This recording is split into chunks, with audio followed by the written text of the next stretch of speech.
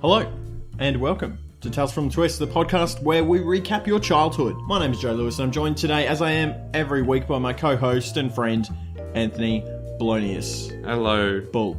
Gelosinus. I don't know, he's adding things onto the ends of names, so this is because of what, it's the Italian thing? You want to add, if you add, you get a regular name and you add, EO on the end, and it becomes Italian? Yeah, Josephus.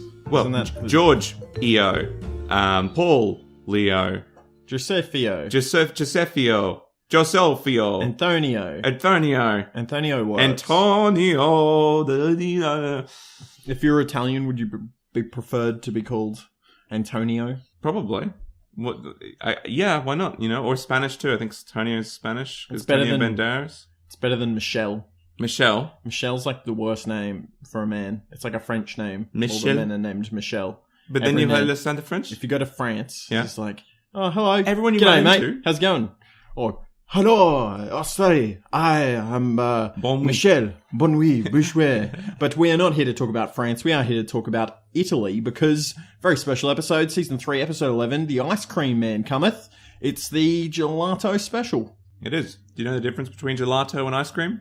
One of them is Italian. Exactly. That is the correct answer, because I do not know the difference. I just know that gelato, I think, is more runny and actually, on average, more delicious. Gelato, I think, is more of a frozen-y, yogurt-y type thing than a other one. Okay. There you go. It's like, ice cream is... Well, they're both sugary, but... this episode kind of points at gelato being more natural, and ice cream being more artificial, and I think that's kind of the idea. I don't really know. I don't know. If you're a gelatologist, Gelatologist, I think that'd be what they would be, right? Or an ice creamologist. Either or will be fine. I mean, if you study ice cream, you probably know what a gelato is because you know what ice cream is. Food scientist. Maybe? You know what? You'd be a food scientist. Yeah. Oh no, you'd be from bloody CSIRO, and you tell us all about the molecular structure. Yeah. We don't care. We don't care about molecules that went into the ice cream. Talk about CSIRO for a second. Hang on. Can you talk about the government for a second? Okay. Wonder what your opinion will be. Go. What do they do? Why are we paying them? We're paying them with our taxes. What are they doing up there? They're studying pigs or something? They're making sugar? Is that what they're doing? They take sugar, they put it into pigs to see what happens. That's the CSR, right? I always used to think that the CSR was the CSIRO, and I was like, why are they making sugar? You know what is weird? Is I think CSR also do concrete as well. I think so. So I'm like, I always found that really weird. I'm like, so they do concrete and sugar. Isn't that a weird combination? Well, not really, because if you eat enough sugar, you're going to shit bricks. Oh, did you see what I did there? I did, I saw that. Yeah. I walked right into that one. Yeah. Let's get into The Icecream Man Cometh. Start off with the title. Icecream Man Cometh, obviously a joke about a play called The Iceman Cometh. I knew nothing about this play. I sort of got the reference. I knew it was jesting about something. Yeah. But I had never heard of this play. You looked it up briefly. Tell me about it. What is this play about? From what I understand, the play is about a ice monster who is late to dinner one day. And he needs to come very quickly. And everyone doesn't really want him to be there, but he was invited by accident. And so it's a comedy of errors where they're trying to pretend like the party doesn't exist. Yeah, and Daniel Radcliffe is the romantic lead, and he makes love with a horse. I believe that is exactly what happens, yes. In that story. Moving on to the teaser of the episode, a segment of the episode that happens every single episode, gives us a little bit of an idea what's going to happen in the episode, but also, more importantly, tells us the title. And in this episode, we have Linda. She's eating an ice cream cone, and there's discarded cones on the table, and she hears an ominous laughing, and she looks around, and she sees nothing. And then we see, from her ice cream cone, what? A face. A face in the ice cream. Oh my. And it's laughing. It's laughing at her. Wasn't it a very disturbing scene? And the whole screen freezes, and we get the title, Frozen, and it says, The Icecream Man Cometh. Disturbing. Very, very disturbing. Yes. I don't know if it was the most disturbing, because I think the doll one was, but What's your take on this? I don't know. Laughing Man and ice cream, what is that supposed to be? Is it supposed to be a political statement? Or is it just... I didn't get it. Because this has no relevance whatsoever to the rest of the episode, right? Yeah, maybe they're just like, how can we do the Ice Cream Man Cometh? I don't know. We have Laughing Man in Ice Cream, laughing at Linda, because she's the main character. It is another Linda episode coming up, which sometimes it's good, sometimes it's bad. Is this two? 2 in a row. 2 in a row? Yep. No, It's not. No, because, what's his face? Yes. What's his face? The Rainmaker. Oh, yes. That was a Pete episode last week. That was a Pete episode. Tears of Innocence. And before that was Toy Love, a Linda episode with the dolls. Yes, that is correct. And their love. And their love for one another. Yes. We start the actual episode and we see Gribble's Ice Creamery. It's fancy. It's on a beach. There's people everywhere. People are loving this. And Linda has a new job and she is a waitress here. Every week, when we talk about the episodes on the podcast, we refer to listeners' notes. And we refer to them as Pontillo's Pontifications, named after the man who started it all, Regan Pontillo. And we have some of his feedback, but we also have feedback from another one of our listeners who you may have known from passing with his obsession with Linda's connection, supposed connection, might I say, to a BDSM future. And Anthony, you have something to say? I think we should call his contribution Walpole's Wacky Bullshit. Walpole's Wacky Bollocks. Yes. Yes. Walpole's Wacky Bollocks. And we'll start off with one from him, and we'll get a couple from Pontillo later. But Walpole says, Linda has a new job, and it's not as a dominatrix. So thank you, Stephen Walpole, for your relevant contribution. Always relevant. Always on point. And we... we're in this ice creamery, and people are complaining that Linda forgot their order. So she's this, against the man, against the system, after police. Yeah. No justice, no peace.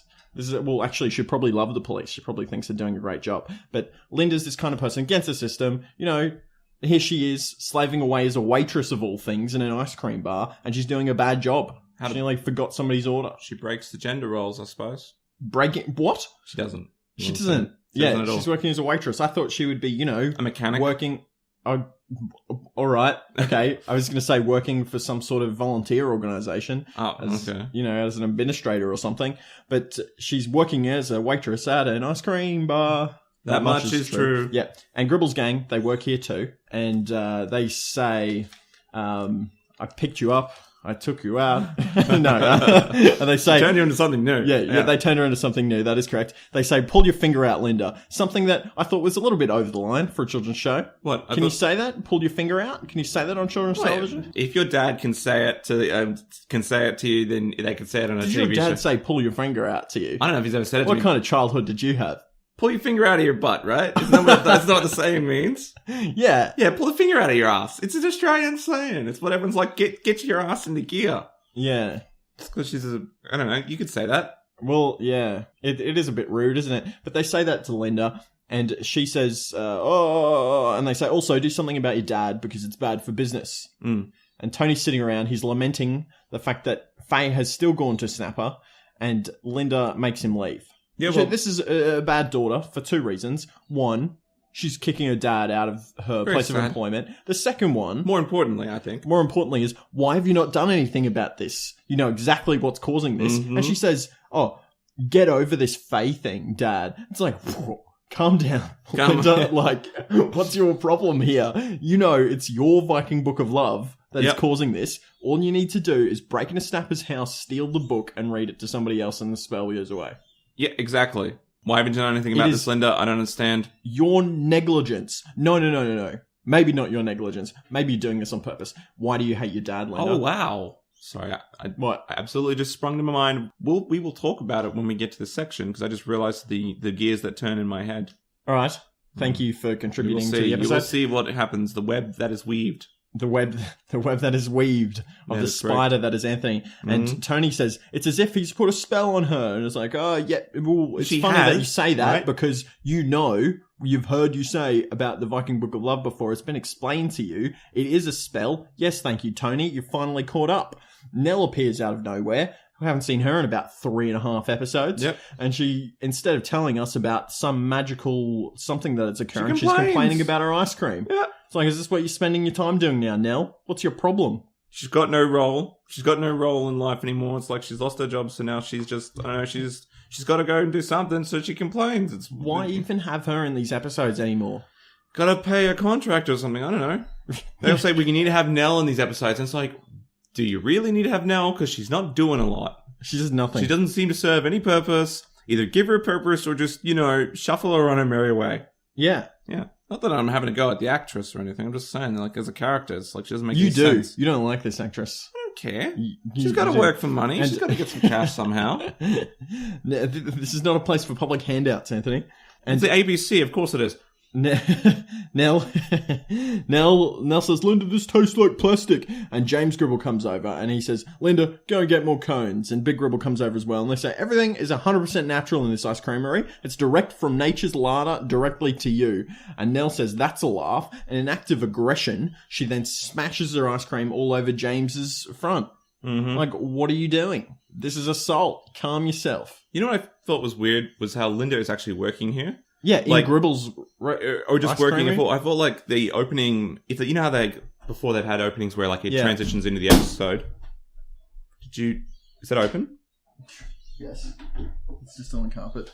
Oh, it's just on the carpet, eh? So Joe has just spilled Red Bull all over my carpet. What a disgusting slop.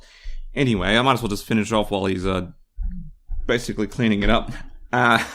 So we don't know why. Why is it Linda actually has to get a job in the first place? There's no motivation for her throughout any of the seasons that she's ever said, I want a job, I want to be independent, or anything along those lines. Never been an inkling at all. And all of a sudden she just has a job. Shouldn't have, like, the opening scene been like, maybe she wants more money, maybe she wants to save up for something. I know it might be a bit cliche, but it makes sense why she would take a job with the worst of all people, bloody someone who's ideologically opposed to her. It doesn't make sense that she has a job, so they should have explained that in the intro, or at least set it up last episode. Maybe she needs to pay off some bloody loan for some activist convention she has to go to. I don't know. Whatever her ideologies are this season. And Joe's finished cleaning up my carpet, and it's looking very nice. And we can resume the show. That was one of the weirdest things that's happened in the podcast. I kind of picked up my can of energy drink, the substance that keeps me motivated throughout the episode. Have some sort of motivation to be able to talk for an hour with Anthony. But I picked it up, and it kind of, when it kind of falls, but doesn't spill really anything. It just kind of fall. Yeah, it did it's that. It's good when it does that. Yeah, and there was a little bit that fell. So that was not ideal. I have no idea where we're up to. We're up to now. I've just explained why I think Linda we need an explanation as to why Linda needed her job in the first place.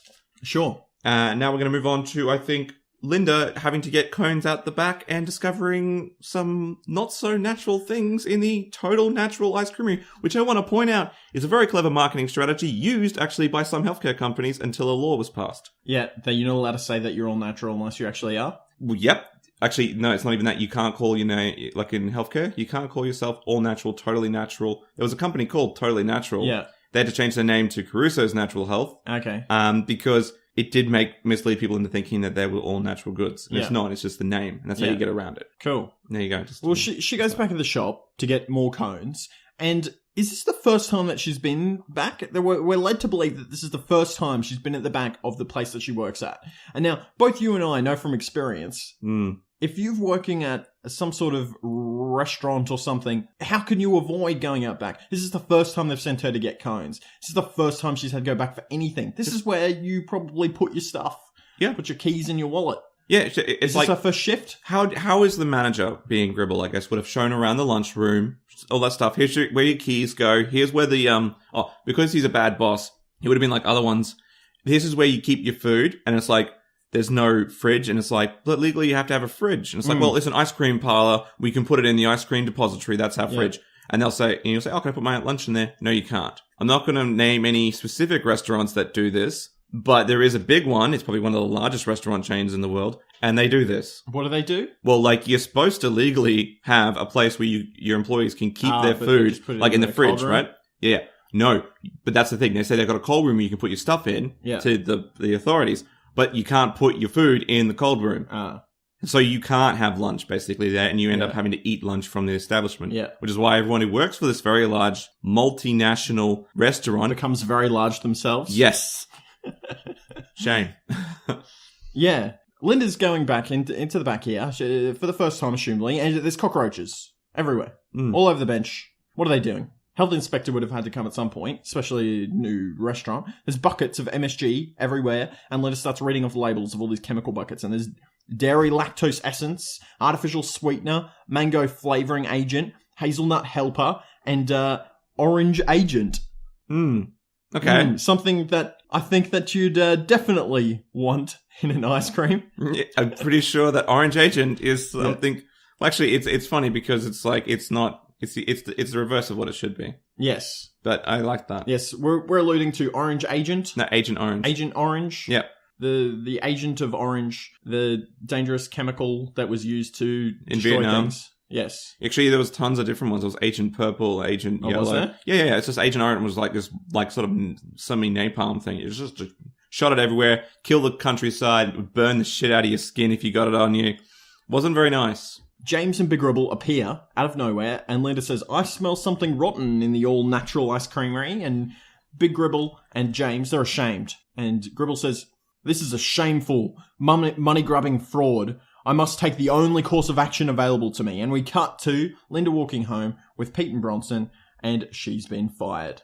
So I find this really weird. Isn't this like hiring a civil rights activist at like the secret KKK? Yeah. It's like all of a sudden you're just like KFC or something, and then out the back there's all these anti-Jewish, pro-right-wing, pro-white propaganda at the back. Isn't she gonna complain? Isn't that a stupid move, Gribble? Why did you hire her? You know what she's like. She's not gonna be able to keep a secret. Why do you even need her? You have like 3 staff already.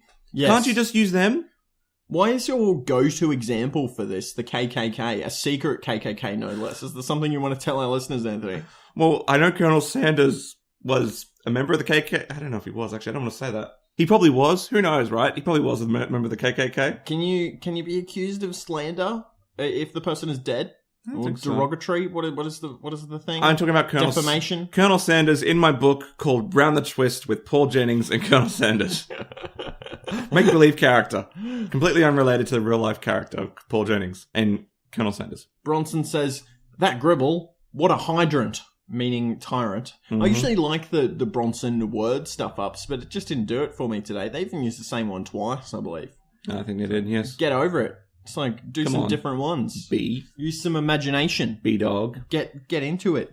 Espen Storm, you writer of nonsense. And Linda says, I'm going to get a better summer job or I'm going to die trying. And a horse and cart nearly runs her over. And she nearly gets her wish. She nearly does. Yeah, she's got that, she's got the 50 cent attitude. The 50 cent attitude. Get rich or die trying. Boom, boom, boom. Exactly. Yeah. Yo, it's a hippity ship hop who don't stop a rockin'. Yeah, we're straight out of Compton on this podcast. What? We're gangsters. We're from Compton. 50 Cent wasn't from Compton. Who cares? It's all the same place. That's racist. It's America. Compton isn't? Didn't isn't this the thing, right? There's one town where all of the hip hop artists came out of. Okay, so some of them did, but there was like what? Some came out of Detroit, and other ones came out of like New York and Harlem. No, don't believe it. Don't believe in the West Side, East Side. It's the overarching hip hop conspiracy. So all these hip hop artists, they're not really like spread out. They all just secretly come from Compton. Speaking of hip hop overlords out of Compton, good movie, straight out of Compton. It's a good movie. Yes.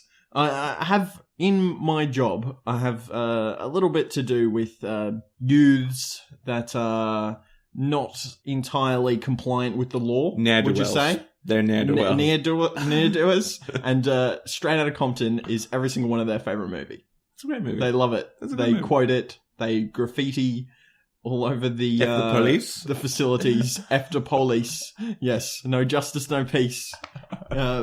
Linda says, where'd you learn how to drive? And Pete says, where'd you learn how to dress? Because this is an Italian-looking man. That was the best comeback he could come up with. Where'd you learn to dress? And it's like, well, you nearly run her down with a car. She's just wearing a work uniform. What's wrong with you? Bloody Paulio, Giorgio, Alfadanio.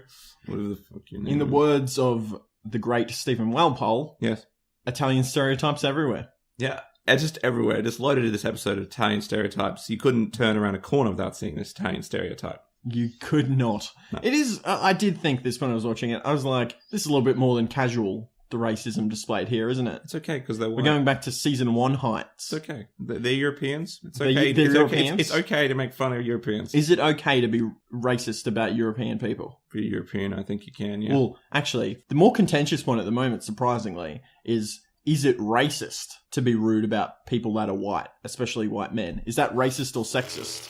That is actually a debate on the internet. If you make fun of somebody for being white as the only descriptor, people are saying that's not racist. How can that not be racist? Isn't it the very definition? You giant fool. Don't you understand that racism is power plus privilege? What? That's the excuse they use. And it's like, that's nice, but you totally sidestep the fact that you are being prejudiced against the person. It's like when someone says, you can't be racist to a Muslim because Islam is not a race. And it's like, irrelevant point, sorry.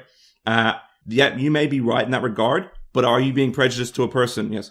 Well, that's what we're talking about, not necessarily labeling it as racist. We'll call it bigotistic. Bigotry. Bigotry. Is more the point. Yeah, we'll call you a bigot. It's not as stingful as racism, but, you're a bigot. This Italian man, Paolo, Marco. Yeah. He owns Paolo's mobile gelateria, which he's driving around. And this man, Paolo, apparently, this is from our friend Regan Pontillo, and he says, this man is portrayed by George Capanaris. I think I'm saying that right. Capoeira. George Capoeira. He's known for his character Mimo in Acropolis Now, landmark Australian... Was it Greek? Yeah, I think it was Greek. It was where Effie came from. Okay. And Demetrios, DJ in... Don't know what that is. Let's see. And Lonandis... Oh, that's his name. Demetrios DJ Lonandis in The Flying Doctors. Another landmark Australian television show. And he also had various minor roles in Paul Fennick's shows Pizza, Swift and Shift Couriers, and Housos. That's interesting. Well, I think one of our listeners was actually in Housos. Were they? Yes, from what I understand, they were. From what you understand? Yeah. Okay. And if you're out there, and obviously you know who you are, because it's not one of those things that's like, oh, I'm a factory worker. Is he talking about me? Because, you could be a factory worker. It'd be pretty uncommon to be starring in a specific episode. My point is, if you're listening, you know who you are. Just write in and say, hey, I met the guy, and he's a cool guy. Or tell us if he's not cool. Whatever. He wasn't cool. He came to work one day wearing a Hawaiian t-shirt and sunglasses. Actually, that probably is cool these days. I have no idea. I don't care. I don't know. How do you keep up with the fashion trends? You don't. You just can't. You don't. I just wear board shorts, and I will continue to wear board shorts until they become fashionable again. You just wear board shorts Fashion around. is a cycle. I believe fashion is cyclical. I mean, everyone's going retro. They're just dipping into the past. Eventually, going to step back into board shorts, and I'll be perfectly happy, because there's nothing better than a pair of board shorts, because you got multiple pockets. You can carry a whole bunch of shit in it. Some board shorts don't have short pockets. Right, and it's like, well, if you don't have multiple pockets, what are you? Like, oh, man, like mine right now. They don't have multiple pockets. What's the point? You kind of need the pockets in your board shorts, because otherwise you're going to the beach and you're carrying your wallet. Or you don't want to take your wallet to the beach. It's probably going to get stolen. Yeah. And you're carrying your keys. You're going to need your keys. Yeah. Where are you going to put your keys? You're going to have to hold them. Up your clacker. What? Up your bum, I guess. It's got to go somewhere. Got to hide them somewhere. All right. Actually, thanks. I utilize... That would be painful. Yeah, of course it would. Be sticking bloody keys up your bum. No, I like to use a hollowed out deodorant bottle. Not a deodorant bottle, deodorant.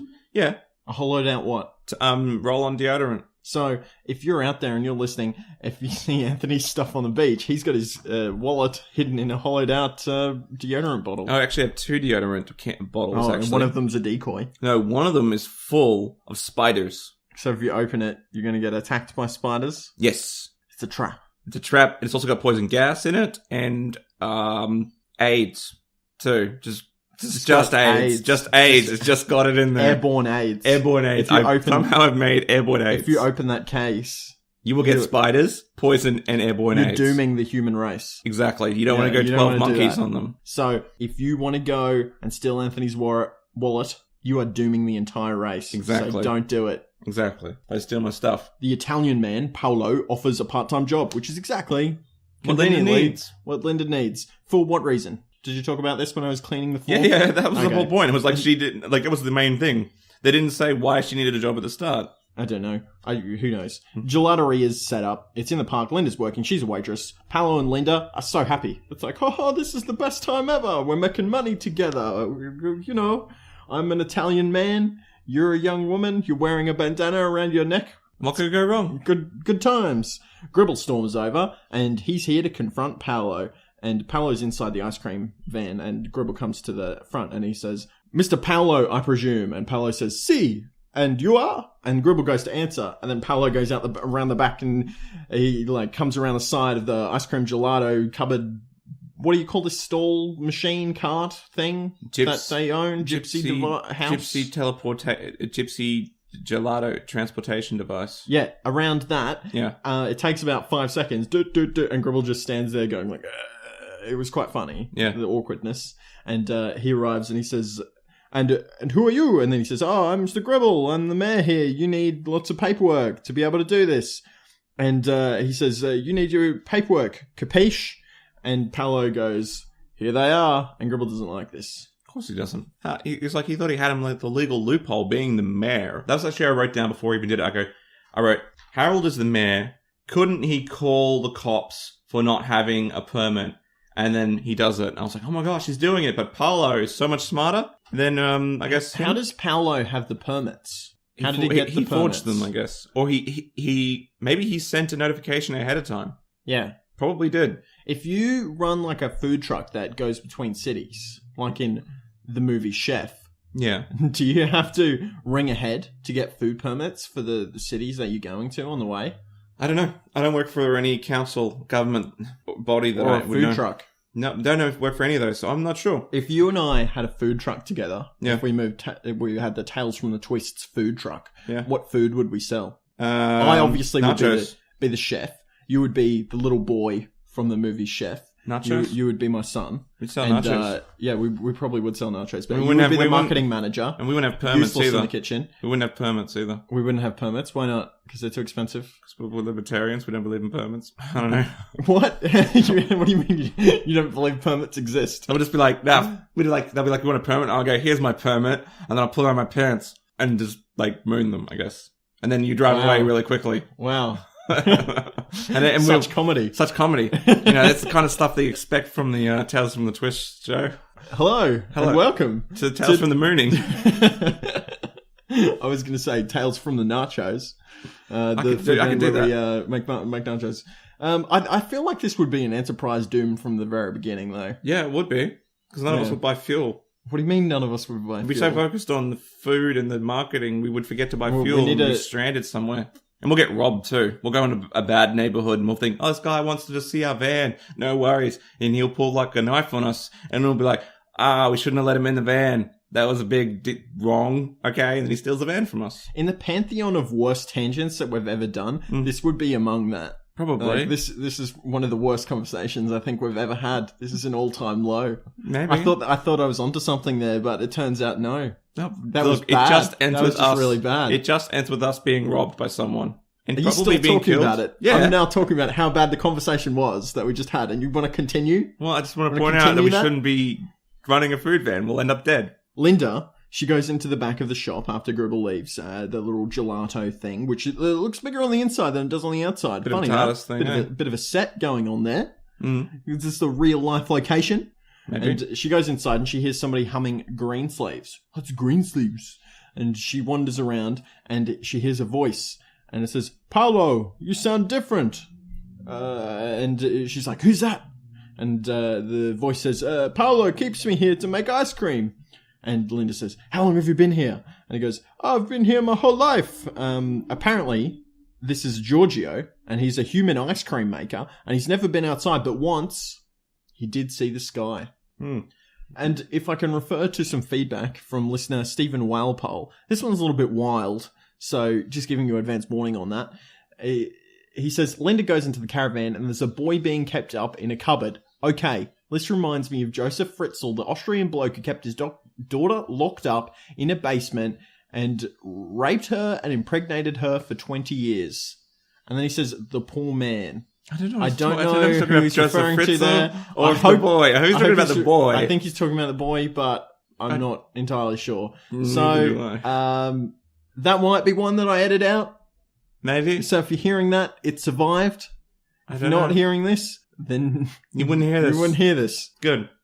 Also, I thought fridge is busy. That's what I thought about. Why are you thinking about Fridge is busy? Fridge is busy. Remember that story? Yes. So, once upon a time, when we had nothing to do, when we were during our 10 years of university, Anthony and I and a couple of other friends went to the top of a park in Ipswich, a famous park, and we went up the top there, and there was a man that apparently slept there at night time. He had a house. He wasn't homeless. He just liked to sleep in the middle of the park. And he had a friend too. And he had a friend there, and it was unclear whether this relationship was sexual or not, or whether they were just friends. But the friend, they would not sleep together, but sleep near each other in this rotunda thing at the top of a hill. It was a weird kind of situation, and he told us a bunch of stories about his life as a chef. One of the stories was he asked his dishy to go and get something from the cold room, and the dishy came back and he says, "Oh, no, senora, the fridge is busy." He's like, what are you talking about? Like, the fridge isn't busy, mate.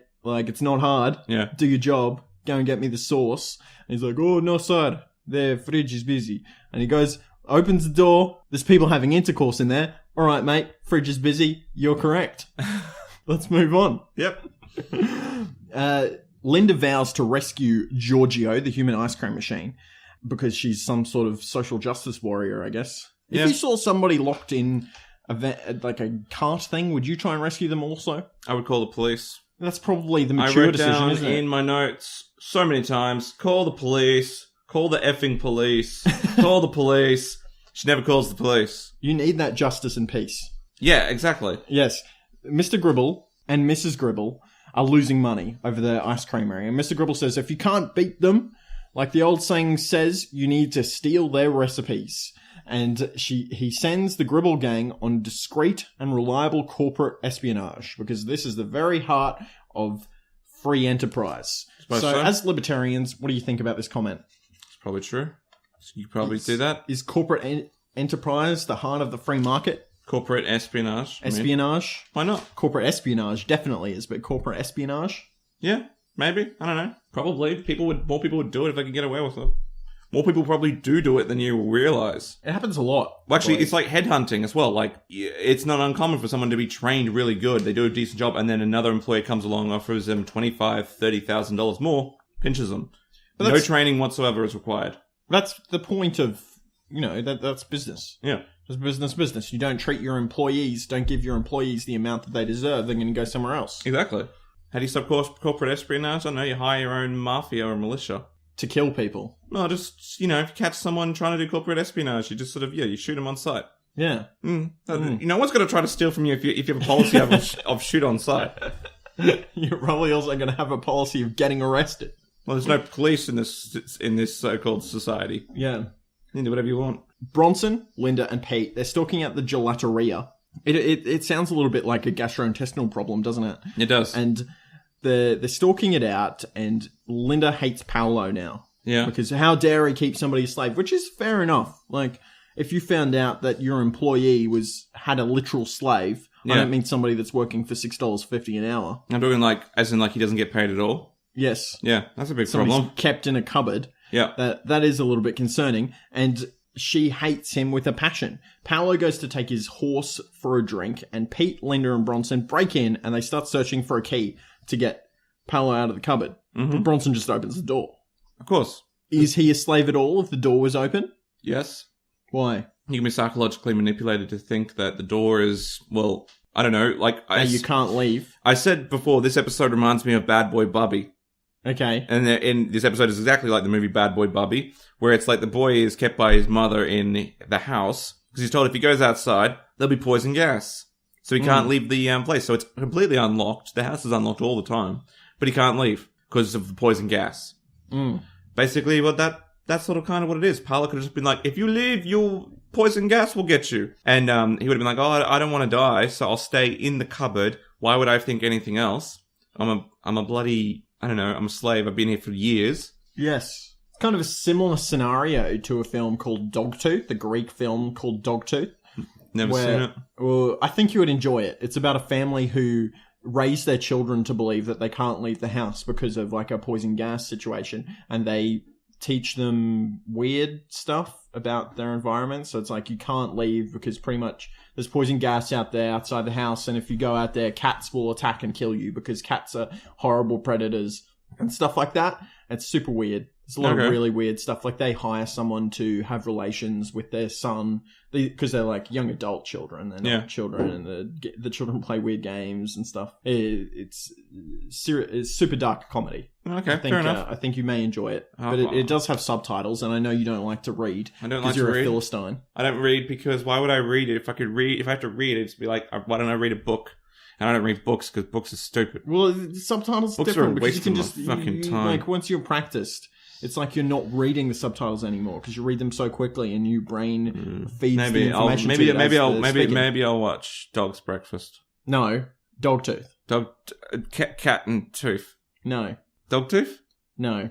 So it wasn't Dogtooth. Dogtooth. Okay, because you said no to Dogtooth.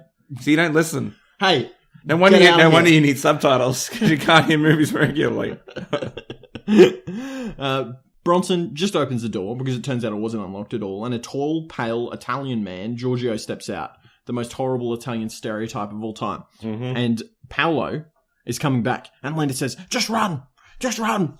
Just run!" She just keeps shouting at him, and it freaks him out. This poor man has never seen anyone else except for Paolo his entire life, and now there's this strange woman shouting in his face, "Just run, just run. Do what I tell you!" And he busts through the door. In what can be best described as a cartoon-style cutout of Giorgio. Yeah, I thought it was a bit over the top. I thought so too. Yeah, why? Yeah. Why is this necessary? Yeah. He busts through, and Pete says, "That's what I call an emergency exit."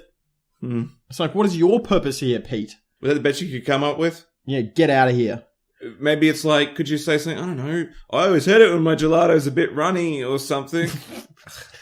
Come on, I don't know. I'm making it up on the spot here. But it's better than, "That's what I call an emergency exit." Oh, really? It's what you call an emergency exit? Is that really what it is? Is it the best you can do? You twat. Paolo sees the escape and chases Giorgio and the twists. And Giorgio sees a bin. And he says, "It's beautiful." And he starts rummaging through and he's looking at stuff. And they say, "We gotta go." And they run with Giorgio. And he's a massive Gumby because obviously he's never run before and he's about 7'12". He does sort of run like a massive Gumby. I'm not going to deny that. Although I say he runs like a person who's never ran before, which is like very accurate. Yeah. He doesn't know how to run. It's like he's, I don't know, he goes like a lizard sort of thing. I do think that he would probably run better than both of us, though. If you've ever seen me run, it could only be described as Gumby. Gumby, I guess so. At least I know how to run, though. I just how do you run? You just run. You move your legs really fast. Yeah, exactly. You don't bloody swivel them in the air like they're a bloody, I don't know, you're a rowboat, but with legs. A rowboat of legs. Wow. You're running what a creative analogy. The Gribble gang see the people running, and they stop breaking a road sign off of a tree to go and steal the recipe. I don't know what they were doing here. It's like this road sign bolted into a tree for some reason, and they're just busy breaking it off. Yeah. Back at the lighthouse, the Twists have brought Giorgio home, and he thinks it looks like an upside down ice cream. It's like, all right, fair enough, Giorgio. You've never seen anything else. Don't go over the top here, mate. Don't keep making the same joke over and over again, because we'll have no justice or peace if you keep doing that. And Giorgio offers Tony an ice cream, but he just sits rewatching old Faye videos because he's still devastated. You know what, Tony? Do something about it. Reminded me of that scene in Minority Report. Which scene? It's right at the start of the movie when he's watching the old home clips of him, his wife, and his kid. Okay. And it's like he's doing this drug that he has to do because he's like, you've seen the movie, right? Yeah. Yeah, and he like loses his kid and stuff. So he's like, "Yeah, hi, Daddy," and he just rewatches the same clip over and over again because it's like he's totally depressed and wants to kill himself, I guess. Yeah. And can't forgive himself. Yeah. Yeah. If he got up and did something, well, it'd be kind of hard. Get his mind off it. Kind of hard because his kid's been stolen, and then at the end of the movie, spoiler, Jack O'Neill lost his kid too. Yeah, exactly. And then he went out and went to another planet. Exactly. And he went to Abydos. Yeah, and he tried to blow it up because he didn't give a shit. The Gribble gang are spying on the lighthouse from a tree. And it was really unclear here because I didn't realize that they'd gone to the lighthouse. I thought they were spying on the Gelateria from a tree. Because it's really unclear where they are because it's them spying in a tree. And I think it might even be like a line issue here as well, like where they're looking. I think they're looking the opposite way Like, it's not suggestive that they're looking... I think they're looking to the left of the screen, and then we cut to the people in the right house who are looking to the right. I don't know. Which is confusing film technical thing. Who knows? Who knows, right? With film these days, it's Giorgio offers more gelato to everyone. And Linda says, you don't need to worry about gelato. Forget about ice cream. What if he likes it, Linda? Yeah. You know, get off his back. What if this is his passion? No. Just because he was a slave? No, you can't. He was a slave, and therefore, anything he did in his slave life is bad, because I need to feel justified in liberating him. Yeah. You know how many times I wrote in this thing, fuck Linda? Like, how many? So many times I just wrote, F Linda. Look, F you bitch. F Linda. You haven't learned literally anything. I see capital letters Linda equals murderer. Yeah, well, hang on. Spoilers. Spoiler alert. Okay. Bronson says, can I have a chock top? And Giorgio steals some chocolate from somebody. I can't believe that there's chocolate lying around with Bronson in the same room. You think he would have eaten it by now. Yeah. And he eats it, chews it up, then shoots ice cream out of his nose into a mug to make a chocolate ice cream. I thought it was cool. And the Gribbles out of his nose, by the way. This is the point of the episode. He shoots ice cream out of his nose. Yeah. Did you get that? I did. He shot ice cream out of his nose. That's the thing he does. That's a weird thing. And the Gribbles watching from the tree like, oh, Dad, it's great. We need to do something about this. And Linda says, you are a human ice cream maker. And it's like, yes, if you'd listened to this person, he's a human ice cream maker. Yeah. This is what he does. And Bronson says, Yumbo Jumbo, as he eats the ice cream. And he says, you'd never guess it came out of your snozzle. And Giorgio's very proud. And Linda still thinks he's a slave, but Giorgio doesn't care. He's an ice cream machine. He is an ice cream machine. Later on, Giorgio can't sleep because he's just talking about ice cream. And he's staying with Pete in Pete's room. And he's keeping Pete awake, just talking about ice cream. So Pete dumps him with Bronson. And Bronson now can't sleep either. You know, this pissed me off too. Giorgio's staying up making ice cream noises. This pissed me off. Fucking Linda, you liberated this person. Yeah. This guy is your responsibility, but he can't sleep in your room because he's a boy or something? Yeah. He's a frozen gelato machine or something. Sexual temptation, Anthony. I don't care. Take responsibility for your slave liberation. You know, stop pushing it on your brothers. It's crap. I would not tolerate that shit. I would have dumped him in Linda's room first step and said, this is your problem. You liberated him. You deal with it. All right. Otherwise, tomorrow I'm going to be upset. I'll be tired. And you'll be like, oh, let's help bloody Giorgio with his fucking problems. And I'll say, oh, I'm so tired. And you'll get upset at me because I'm too tired. And it's going to be your fault. Which is almost exactly what happens. It's the morning and Pete and Bronson are taking aspirin together. And Linda says, where's Giorgio? And they locked him in the shed and she's annoyed. And he's gone missing. And it's like, well, yeah, this is your problem, Linda. Like, had you not left him in our room, like, he probably wouldn't have been locked in a shed and escaped. Yeah. Escaped, which is kind of ironic, considering apparently he's been liberated. No, he hasn't been liberated properly. He needs to be deprogrammed or something to stop making ice cream because he needs to... Just let him make ice cream. Okay? He's clearly passionate about it. He seems to be... Yeah, he doesn't shut the fuck up about ice cream. Just let him make it. Okay? Paolo shows up and he's worried about Giorgio. He needs me. And Linda says, like a hole in the head. It's like, all right, Linda, I was at a point of kind of annoyance with you. And now I just think that you're probably the most annoying person that has ever lived. And, you know, I would be very angry with you if you were a real person. I wrote down, Linda, stop being a bitch to Paolo. I mean, yeah, he's a slave master, but there's no reason to be a bitch. They have feelings too. Yes. but they decide to help look for Giorgio anyway with Paolo. Because, you know, you got to get those Italian stereotypes back together. Exactly. They can't be off there on their own. And the Gribbles are luring Giorgio with green sleeves playing on a CD player back to Gribble's ice cream shop. I thought that was pretty cool. I like that was cool. I'm not sure if they did that and like if they knew that he played green sleeves or if it was just a genuine idea, but that was pretty. It was just that, like, for them to even come up with that idea as a possible solution to bring it back was pretty clever. Like, I would never have thought to do that. I would have just put a collar on him and dragged him back to this to the ice cream shop. But that's just me. It's out of the box thinking. Bronson's with Paolo because, leave the smallest boy with a creepy possible, sexual offender. He'll be like, hey, have you seen my freezer? It's it's a pretty neat freezer. And then boom, like, all of a sudden. He says, Bronson says, why was Giorgio different? And Paolo says, Giorgio used to be more portable. He's not what he seems. Do you want me to tell you the story about how I got Giorgio. And it's like, oh, how did that start?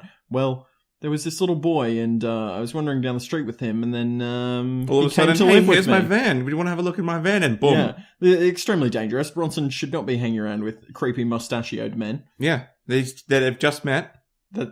I feel like this is, actually none of them should be, because they're all quite young. They are all quite young, but if you're going to go... Where's Tony in all this? Watching Faye videos. Well, this is what happens. Where's your duty of care, mate? You're going to lose Bronson, and you're going to realise, oh crap, because of my pining over Faye. Now he's going to pine over Bronson too.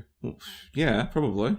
To be fair, Tony's a pretty damaged man. Obviously something pretty serious went down with his wife. Yeah. The Twist's mother. And now he's lost Faye as well. He's lost his wife, essentially, again. Do you think he lost his... Yeah, because they are married. Yeah. What do you think? Do you think the first wife was disappeared by magic as well? Or do you think it was natural? Because only magic happens at the lighthouse, or? I think it was natural. Maybe I think she died, honestly. Of what? Something. I think we've discussed I think she might have died of cancer, probably. Probably. She has to have died. I don't think she could have been a divorce or run away, because she still would be referenced as such, right? You wouldn't go... If she comes back. Yeah, or... Because that would be an episode, she comes back. Yeah, or like, I got, your mother hasn't paid her child support to me because she owes it. Women paying child support in Australia? Well, like... Get out of here. When you have kids, I'm pretty sure the one with the kids gets the child... I don't know how the family I don't know works. how it works. But if she's dead, you might not bring it up because it brings up hard feelings. So it's easier just to say, she died, you left an emotional hole with Tony. So no, Tony has lost a wife through death, and that's what I'm saying. And now lost it through... a magic spell. Will he ever find love again? Probably not. No. So he's upset and he'll probably end up taking drugs. Yeah. Like he isn't already, though, right? Nell randomly tells Pete and Linda that Gribble's ice cream is better now. She's just walking down the street and she's hey, did you know Gribble's ice cream is better now? It's like, is this what you've been reduced to, Nell? Is this it? I wrote down, why would you go back there? Yeah, exactly. What is she doing? This tastes like plastic. She's throwing ice cream at the owner, but she's like, oh yeah, what was good? That food that I thought was disgusting. I'm going to go back there. I'm going to go, you know what? I'm always up for second tries. The guy must have run a promotion or something, because I have no idea why you'd ever go back to a place where your food just tasted awful and the customer service was terrible. You wouldn't. No. You're a terrible customer. Customer or business owner? No, I'm saying customer. Like, you're one of the people who's yes. We don't want any of these people. They sit, and yet you go back to their damn store again. If you don't want them in the fucking town, stop shopping there.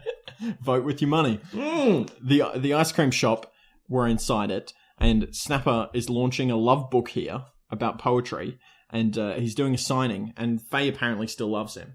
And we have some listener interaction here. What do we call this? Listener writing in. And Pontillo says, Ralph Snapper's signing one of his books with roses are red, violets are blue, fork over $19.50, and this book is for you.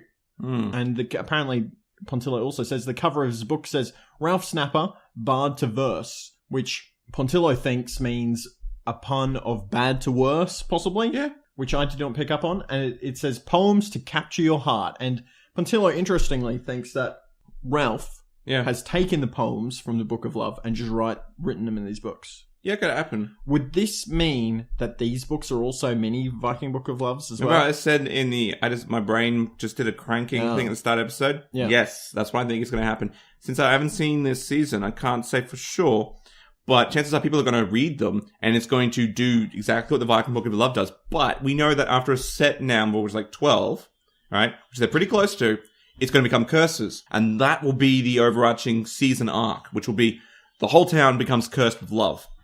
Because everyone's reading these poems to one another. Yes. Yeah. Interesting. Snapper apparently also wants to buy this 1920s Roadster, which is a genuine replica. One of those certified genuine replicas.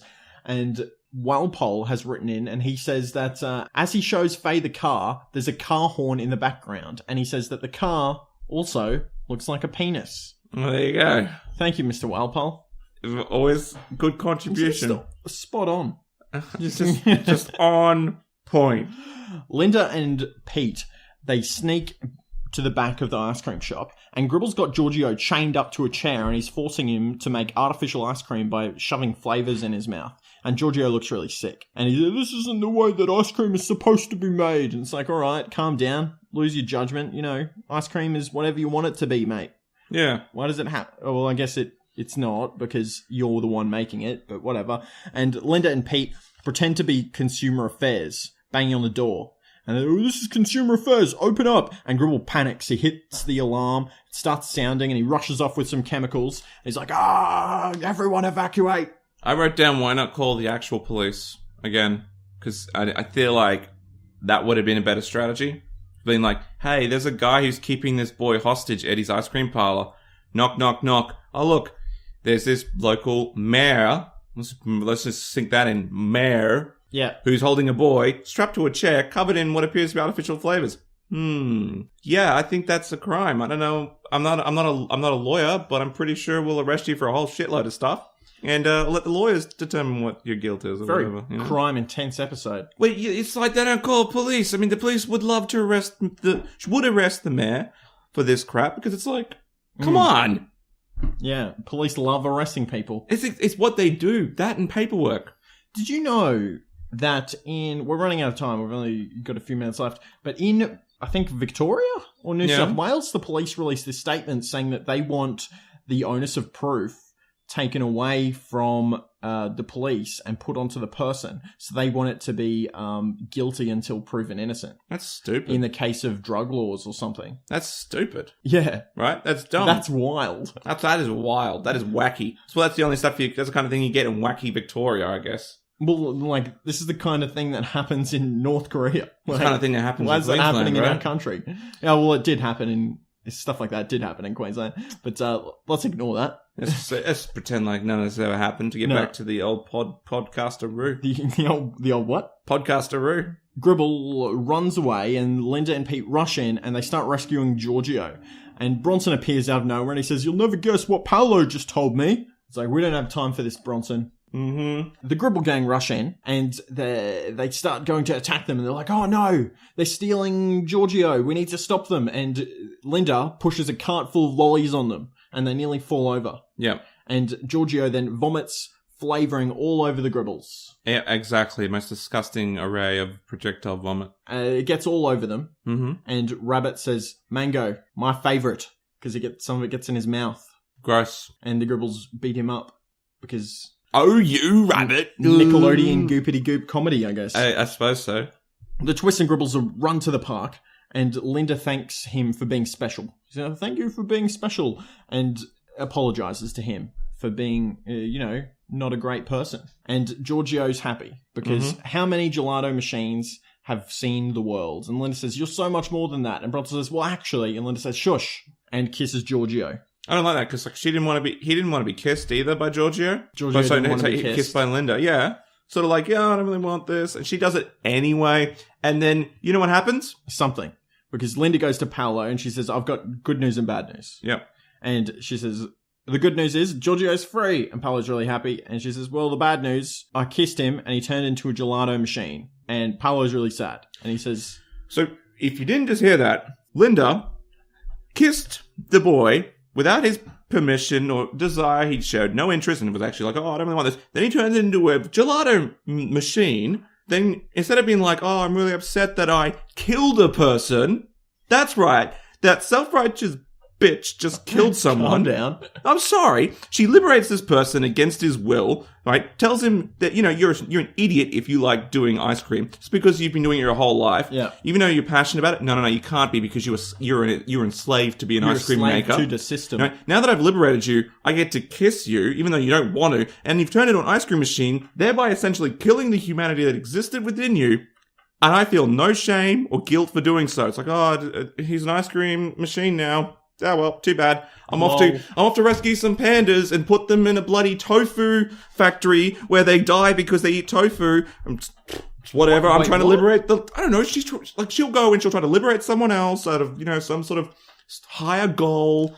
And she'll fuck it up. She'll make them end up feeding them food that they're not supposed to eat. And she'll think she's doing the right thing and it'll kill them. And she won't learn a shit from it. Fuck you, Linda. Very, very, aggressive, but I think that the one thing we can learn here is consent is very important, because if that person doesn't give you their consent, they're going to turn into an ice cream machine. Yes. I think that's what we can take away from this episode. But Paolo explains what's going on. When he was a kid, He wanted to be an ice cream maker, so he stole a secret recipe from a gypsy woman who just happened to have a secret gelato recipe. As they do. As they're known to do, right? And so in revenge, she turned this small boy's gelato machine into a person. Because, that's a horrible curse. And Giorgio's been in a machine all along. And Linda says, maybe he needs to be kissed again. So Paolo goes, oh yeah, okay. And he goes to do it, and Linda says, no. Like, I have to do it. It's like, all right, Linda. Calm down. You've done enough damage. What if it turns into something worse? She kisses him, and he turns into a person again. And you know what? This totally absolves her of any guilt in her mind. Yeah. Oh, it's fine. Now I fixed the problem. It's like, no, you still kissed the guy and nearly killed him. What if that didn't work? We're going to walk away from this differently? Sorry. You all know, it's fine. Paolo makes him a full-time partner. Everyone dances because why not? You can dance if you want to. And you can leave your friends behind. Yeah. And if you don't dance. Giorgio and Paolo leave. And Linda says, there goes an amazing appliance. That is a horrible thing to say. He's a human. You're a bad person. And Bronson says, I think I've figured it out, guys. And he holds out an ice cream and snot's all in it because he's trying to make ice cream too. Disgusting part of this episode. It's like, it's like this goopy goop Nickelodeon green snot just straight out. It's like, God. And that's the end of the episode. Yeah. Any comments? No, I think I said enough about Linda. So, you all know how I feel. I did, as I was going through, I missed a couple of good comments from Stephen Wildpole. I'll just refer to them now. The first one was, Wildpole wants to know what we think about a theory of his. Yes. So, as we know, later on, spoilers for some of you that haven't seen all of Around the Twist, Faye and Tony have a baby a bit later on, and he's suggesting, our friend Wildpole is suggesting that this baby could actually be Snappers, in a more vulgar way, and if you want to see the uncensored version of that question... Join Chicken Twisties. You can have a look on the Chicken Twisties page for some fun. Risque, adults only. Yeah. More than adults only, it's more like, oh yeah, pretty dirty, I guess. Yes, what do you think? Could the baby potentially be Snaps? It could be, couldn't it? Yeah. Actually I think Snaps is too much of a, I don't know, I don't think he would have done it with Faye. I think they were totally doing it. You reckon? Yeah. All right, well then I think it is. It's totally Snapper's child. We'll come back to that theory once the baby comes out. If the baby is born with a mustache, yes, then it is definitely Snapper's. The other thing that I missed was when Gribble had Giorgio chained up in his basement, while Paul made the comment, now Mr. Gribble is making poor Giorgio swallow dirty flavours. He doesn't care. Gribble would make him inhale a crack pipe if he could. Yeah, probably, right? Because then it would produce crack ice cream, which Harold would love because it would make him so much money. And one more, right at the start, when Linda's looking through all the chemicals, Wildpole said MSC and crystal meth at the back of Gribble's ice creamery. Port and Aranda are all meth heads. Perhaps that's why they see ghosts and boys urinating over urinals. You know what? I actually like that theory. I think that's a good theory. They're all on drugs. Yeah, that sounds about right. Not the worst theory I've heard. No, makes most sense. Let's look at what our pontificators thought about the episode. Yeah. Firstly, from Pontillo, he says, there wasn't a lot not to like about the episode. I enjoyed both performances of Paolo and Giorgio, and the storyline was refreshing. The subplots were quite good too. Ralph's newfound fame and his forged relationship with Faye. Tony coming to terms with losing the love of his life, which is more than I can say for Nell's 2 appearances in the episode, both involving the consumption of ice cream, you garbage guts. And he gives the rating 8 out of 10 spaghetti bowls and a chock top gelati. Good rating. And we have a rating from Stephen Wildpole, who says 1 bowl of spaghetti with semen on it, no dessert. That sounds like something he would say. Yes. How did you feel about this episode? I thought it was pretty good. I said it was original. That much I can say. I thought it was pretty original. I don't think I've ever seen the Icecream Man is actually a gelato machine, and he turns out he can make ice cream with his nose. I think I've seen that. I don't think I've ever seen that anywhere. So that's original. Although it was a lot like, as I said, Bad Boy Bubby. Yep. But that's not a bad thing. I guess. So I gave it 7 out of 10 bowls of gelati. Cool. I didn't like it. I thought, what's the point here? It's the Frog Prince story. I suppose so. But ice cream. Yeah. I'm giving it 3 out of 10 bowls of nose spaghetti. Wow. You hate things. I'm referencing that episode where Pete's pulling the spaghetti out of his nose. Oh, yes. Yeah. See when I did that? Flashback. Anyway, that is all of the episode stuff we have to talk about. If you would like to know more about our podcast, you can find out more about us from the following social media situation applications. Mm-hmm. So first off, you can subscribe to us on iTunes, and leave us a rating, which we've gotten a rating. We got a new one. It's 5 stars from, who is it? Go to the iTunes. We're going to the iTunes now. It is from Sooty. Good. Yes, he said good. It wasn't Sooty good. Sooty is the guy's name. Good is the review. I think that's a great review. 5 stars, though. 5 stars. Can't argue with you that. can't argue. You cannot debate that. Well, you can, but you know what? I'm not going to. You'd be wrong. You'd be wrong to debate it. So you can do that. iTunes.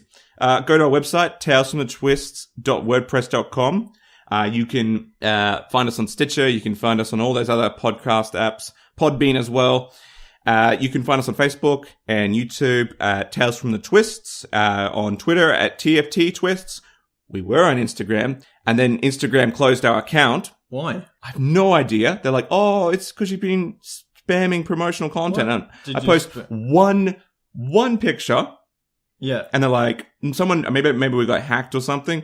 And then I have to post a picture of myself holding numbers to the Instagram team to show that I'm a real person. It's bullshit. It's bullshit. And it's like, I still haven't got it opened again. Because Facebook, got us on a tangent here. I know Facebook has the worst ad management system ever. They have the worst customer feedback. If you were from Facebook, I want you to go find the nearest bus and just jump right in front of it. So aggressive. I'm sorry. I hate Facebook's bloody customer feedback. Anyway, so just off that tangent, find us on Facebook, Chicken Twisties as well. Join that group. You can hear what the uncensored version of Stephen Walpole if you really want to. But you can also join in the pontifications and the philosophies and also the general great discussions. Yeah.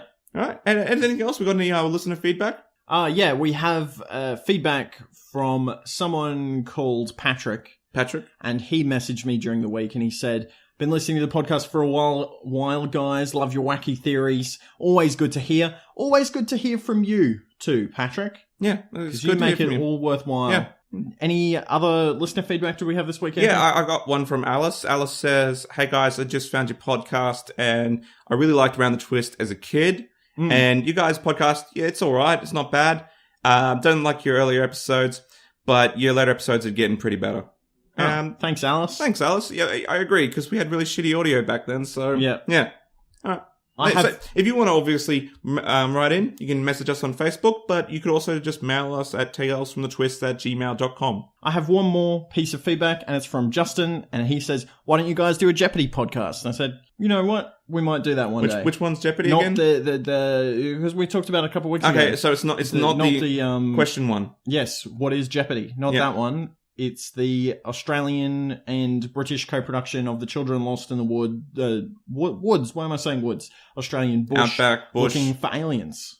Yeah. Jeopardy. Maybe we'll do that. We won't do that. All right, Anthony. We can do that one day. Thank you very much for listening. Is there anything else you want to say before we round it out? No, that's it. Thanks for listening. Have a great week. Yeah. My name is Joseph Lewis. And I'm Anthony Bull. Stay twisty.